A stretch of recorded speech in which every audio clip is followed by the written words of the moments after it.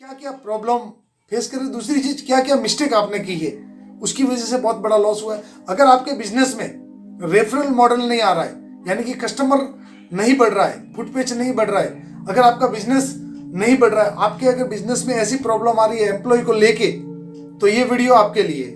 यहाँ पे मैं शेयर करने वाला हूँ आपके साथ में 7 ऐसी मिस्टेक करते हैं आप कहीं ना कहीं जाने अनजाने में, जो आपको पता ही नहीं है, जो आपको बिल्कुल ही पता नहीं है कि आप कौन सी ऐसी मिस्टेक कर देते हैं, कौन सी ऐसी मिस्टेक करने के बाद में आपके बिजनेस में एक प्रॉब्लम खड़ी हो जाती है जो आपको पता ही नहीं चलता है। तो डेफिनेटली ये वीडियो आपके बहुत काम का हो सकता है अगर आप स्मॉल मीडियम एंटरप्रेन्योर है, यानी कि छोटे बिजनेसमैन है। तो खास करके मेरे चैनल पे जो स्मॉल मीडियम बिजनेस वाले हैं उन्हीं को लेके मैं वीडियो लेके आता हूँ और काफी लोगों का मुझे प्यार मिलता है अच्छे से। चलते हैं, पहला जो मिस्टेक मैं आपके साथ में शेयर करता हूँ, only your depend on referral and repeated business. वो उसी पे भी डिपेंड है, जो उनके कस्टमर हमेशा आ रहे हैं उन्हीं के ऊपर डिपेंड है। नया कस्टमर इंक्रीज करने में डिपेंड नहीं है, नया कस्टमर इंक्रीज करना नहीं चाहते। अगर आप सोचते हैं कि आपके पास में एग्जिस्ट में आज 200 कस्टमर है, उसी के ऊपर आप डिपेंड है, तो आपकी गलतफहमी है। आज ही से अलर्ट हो जाइए, क्योंकि उसमें से हर मंथ 1-2 कस्टमर आपको छोड़ के जा रहा है, तो क्या उसके बदले में 5-10 कस्टमर नए आ रहे हैं। किसी भी बिजनेस में आप 5 कस्टमर 10 कस्टमर अगर आपके पास में नए आते हैं, तो उसमें से 2 कस्टमर ही आपके, 8 आपको छोड़ के चले जाएंगे। ये कैलकुलेशन है, ये हमेशा कैलकुलेशन रहा है, सदियों से रहा है और हमेशा रहेगा।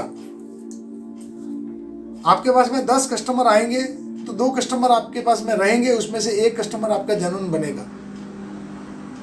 कभी कभी आपके साथ में हुआ होगा कि आप रिश्ते के लिए गए और एक ही रिश्ता देखा और आपको पसंद आ गया, ऐसा कभी नहीं हुआ होगा। आपने 10 रिश्ते देखे होंगे, उसमें से 1-2 पसंद आए होंगे और 1 फाइनल हुआ होगा।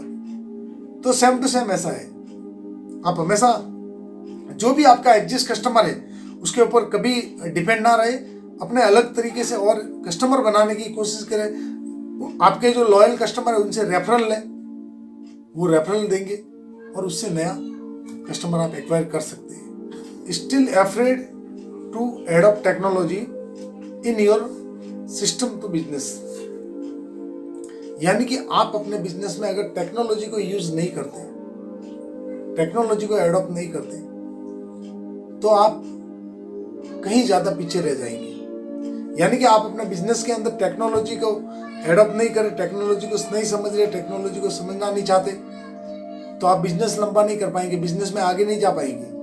तो जब भी आपको मौका मिले, आप नई टेक्नोलॉजी को सीखिए अपने बिजनेस को नेक्स्ट लेवल पे लेके जाने के लिए। अगर आप चाहते हैं, आप अगर अपने बिजनेस में सीरियस है, आप चाहते हैं कि मुझे अपना बिजनेस को कंटिन्यू करना है, मुझे आगे बढ़ाना है, तो आपको सारी चीजें जो टेक्नोलॉजी को लेके है वो सारी चीजें सीखनी पड़ेगी। अगर आपका बिजनेस बड़ा है तो आप बंदे को, किसी भी टेक्नीशियन बच्चे को हायर कर सकते हैं जो उसको सोशल मीडिया, जो टेक्नोलॉजी के बारे में ज़्यादा नॉलेज है। लेकिन आपका अगर बिजनेस छोटा है, आप किसी को हायर नहीं कर सकते, तो फ्रीलांसर कंपनी को आप अपना वर्क दे सकते हैं। अगर वो भी नहीं कर सकते, आप खुद सीखना चाहते हैं तो खुद सीखिए, सबसे अच्छी बात है। क्योंकि जब आप सीखेंगे तो आपको बहुत सारी चीज़ें पता चलेगी। और ये जो टाइम जो चल रहा है वो टेक्नोलॉजी बेस का ज़माना है। अगर इस टाइम में आपके पास में टेक्नोलॉजी को लेके अगर नॉलेज नहीं है, तो मैं दावे के साथ में कह सकता हूँ कि आने वाले टाइम में आप बिजनेस नहीं कर पाएंगे। तो हमेशा टेक्नोलॉजी एडॉप्ट करके बिजनेस करिए, आपका बिजनेस मूव करने लगेगा। You are not analysis performance in your business. आप अपने बिजनेस को कभी एनालिसिस नहीं करते। आपका बिजनेस ऊपर जा रहा है, नीचे आ रहा है, 3 महीने में कितनी ग्रोथ हुई, 6 मंथ में कितनी ग्रोथ हुई, 9 मंथ में कितनी ग्रोथ हुई, 1 ईयर में कितनी ग्रोथ हुई, 1 महीने में कितनी ग्रोथ हुई, 1 दिन में आपने कितनी ग्रोथ की, 7 दिन में कितनी ग्रोथ की, आपने कभी वो एनालाइज नहीं किया होगा। बिजनेस का सबसे बड़ा मूल मंत्र यही है कि आप अपने बिजनेस को जब एनालाइज नहीं करोगे ना, तो आपको पता नहीं चलेगा। आपको माइंड को बंद करके आपको एनालाइज करना है कि मेरा बिजनेस जा कहाँ रहा है, किस दिशा में जा रहा है। ऐसी तो दिशा में नहीं जा रहा था कि आगे जाके मुझे बहुत बड़ी तकलीफ होने वाली है, बहुत बड़ा नुकसान होने वाला है। क्योंकि जितना भी बड़ा नुकसान होता है बिजनेसमैनों को, तो वो इसी की वजह से होता है क्योंकि वो अपने बिजनेस को एनालाइज नहीं करते। अगर आपने एनालाइज करना जब शुरू करेंगे तो आने वाली वो जो सामने होने वाली नुकसान, उसको आप रोक सकते हैं, उसको आप बचा सकते हैं। काफी पैसे आप अपने बचा सकते हैं और वही पैसे अपने बिजनेस में लगाएंगे तो बिजनेस कितना बढ़ सकता है। डेफिनेटली आप कभी कभी बोलते होंगे कि मैंने ध्यान नहीं दिया, मैंने उसके बारे में सोचा नहीं, डीप में सोचा नहीं, ऐसा हो गया, इसके लिए मुझे नुकसान हो गया या मेरा यहाँ पे लॉस हो गया।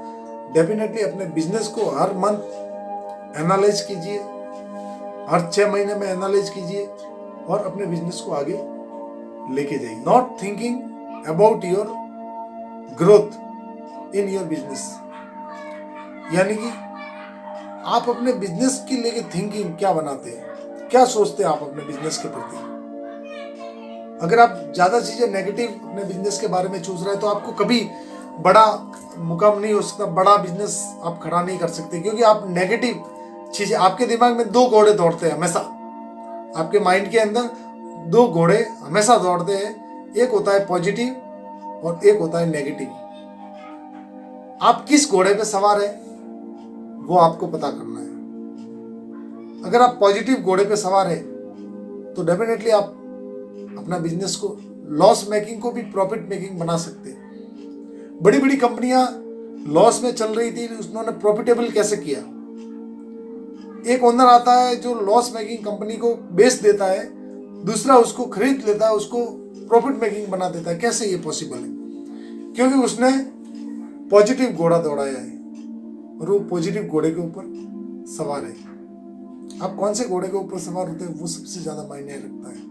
आप अपने दिमाग में जैसी फीलिंग लाएंगे वैसा ही बन जाएंगे। आप अक्सर वही बन जाते हैं जितना जो ज्यादा सोचते हैं। तो हमेशा पॉजिटिव सोचिए, अपने बिजनेस को लेके थिंकिंग के बारे में सोचिए, बिजनेस में पॉजिटिव माइंड से सोचिए, क्योंकि अगर आपकी कितनी भी बड़ी प्रॉब्लम है लेकिन आप सही तरीके से अगर सोचते हैं तो बहुत बड़ा सॉल्यूशन आपको मिल सकता है। लेकिन सोचते ही नहीं है, लोग सोचना ही नहीं चाहते, हमेशा नेगेटिव ही सोचते हैं, उनके लिए उनको मिलता भी नेगेटिव ही है। तो हमेशा थिंकिंग को पॉजिटिव रखिए और बिजनेस को इंप्रूव करने के ऊपर रखिए। With no time in your family, in your personal, ये सबसे बड़ी प्रॉब्लम है एसएमई बिजनेस वालों के लिए, जो छोटे दुकानदार हैं उनके लिए, छोटे जो बिजनेस करते हैं उनके लिए। वो सुबह से लेके शाम तक 7 दिन, पूरा महीना, पूरे साल अपने बिजनेस में लगे रहते, चिपके रहते। इसकी वजह से क्या होता है, ना तो वो अपनी फैमिली को टाइम दे पाते, ना खुद के लिए टाइम है। उसकी वजह से कभी कभी उनको स्ट्रेस हो जाता है, बिहेवियर सही नहीं होता है। तो माइंड एक मशीन की तरह है, उसको भी टाइम चाहिए, उसको भी रिलैक्स होने का टाइम चाहिए, उसको भी चेंज एनवायरनमेंट चाहिए।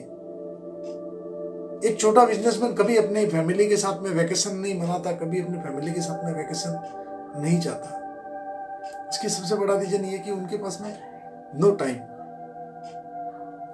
किसी भी छोटे दुकानदार को आप पूछोगे, अगर आप है दुकानदार, तो आपको पता ही है कि आप कहीं नहीं जाते आपकी दुकान को छोड़ के, आप हमेशा उसी में अटके हुए रहते। लेकिन ऐसा नहीं करना है। एटलीस्ट आपको पूरे ईयर में 5 दिन अपनी फैमिली के साथ में टाइम ऐसा निकालिए, जो ऐसी ही जगह घूमने जाइए जहाँ पे बिजनेस को लेके कुछ भी बात नहीं चले। या एक्चुअली 1 महीने में 1 दिन आप अपनी फैमिली के साथ में घूमिए। ये होना बहुत ही जरूरी है। जब ये होगा ना तो आपको अंदर से एक ताकत मिलेगी, एक पुश मिलता है और आपको लगता है कि मेरे साथ में कोई है, और आप और एक्टिव होके काम करना शुरू कर देते हैं। तो हमेशा एक्टिव होके जब काम करेंगे ना तो कोई भी काम बहुत ही अच्छे से होता है, बहुत ही मजा आता है उसमें।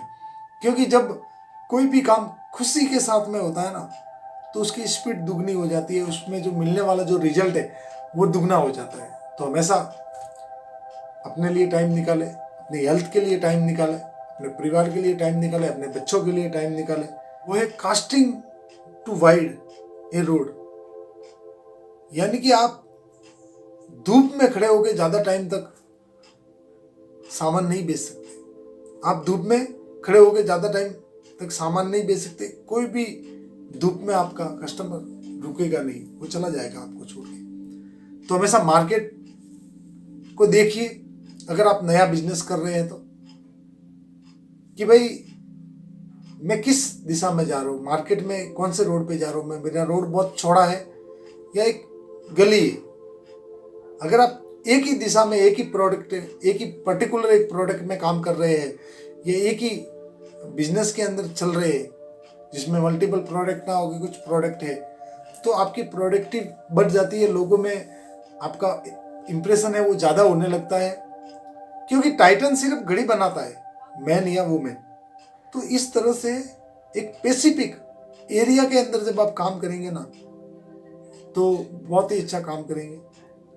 उसमें ब्रांड बनते टाइम नहीं लगेगा। आज रिबॉक है, रेमंड है, टाइटन है, ये सारी जो ब्रांडें हैं वो एक ही दिशा में काम करती है। एक ही उनका एक या दो प्रोडक्ट, उससे ज़्यादा प्रोडक्ट उनका है नहीं। हाँ, ये हो सकता है कि उनका बिजनेस जो अच्छे से चल रहा था वो मल्टीपल सेक्टर में जा सकते हैं, लेकिन जो प्रोडक्ट है उसमें एक ही है। मोबाइल फ़ोन है, लैपटॉप है, लेकिन मल्टीपल प्रोडक्ट नहीं है। हैवी कॉस्ट करता है, हैवी चार्ज करता है। तो आप भी अपना कोई भी एक प्रोडक्ट लेके उसको फोकस के साथ में आगे बढ़िए। बहुत ही जल्दी आपका ब्रांड बनेगा। यानी कि आपका डायरेक्शन मल्टीपल चीज़ों पे नहीं रहेगा तो आपका ग्रोथ भी चांसेस 100% बढ़ जाती है। बिहाइंड इंद्रेज पॉसिबल टू कैश फ्लो, यानी कि आपका पैसा कहाँ जा रहा है। अगर आपका पैसा उसी प्रोडक्ट के अंदर जा रहा है जहाँ से आपका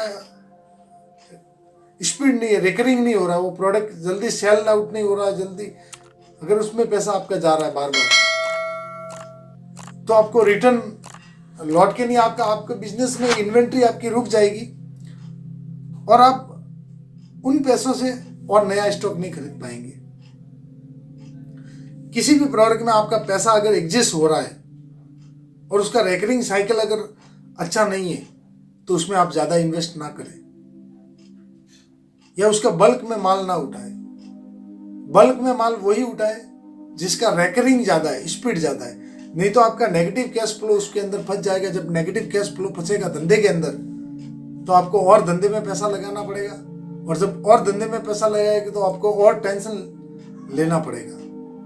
लेकिन आप अगर ऐसा कुछ आइटम खरीदते हैं जो बहुत डिमांड है लेकिन वो सिर्फ पर्टिकुलर आप ही के पास में है, तो उसको आप बल्क में खरीद सकते हैं और फिर अच्छे से सेल आउट कर सकते हैं। लेकिन अगर मल्टीपल जगह पे वो चीज़ें मिल रही है तो कुछ मिनिमम स्टॉक खरीदें, ज़्यादा स्टॉक ना खरीदें, अलग अलग स्टॉक खरीद के रखें ताकि आपका सेल जो है, आपका जो कैश है वो नेगेटिव कैश फ्लो में ना आए, पॉजिटिव कैश फ्लो में आए। इसी तरह के और वीडियो देखने के लिए हमारे चैनल को सब्सक्राइब कर दें।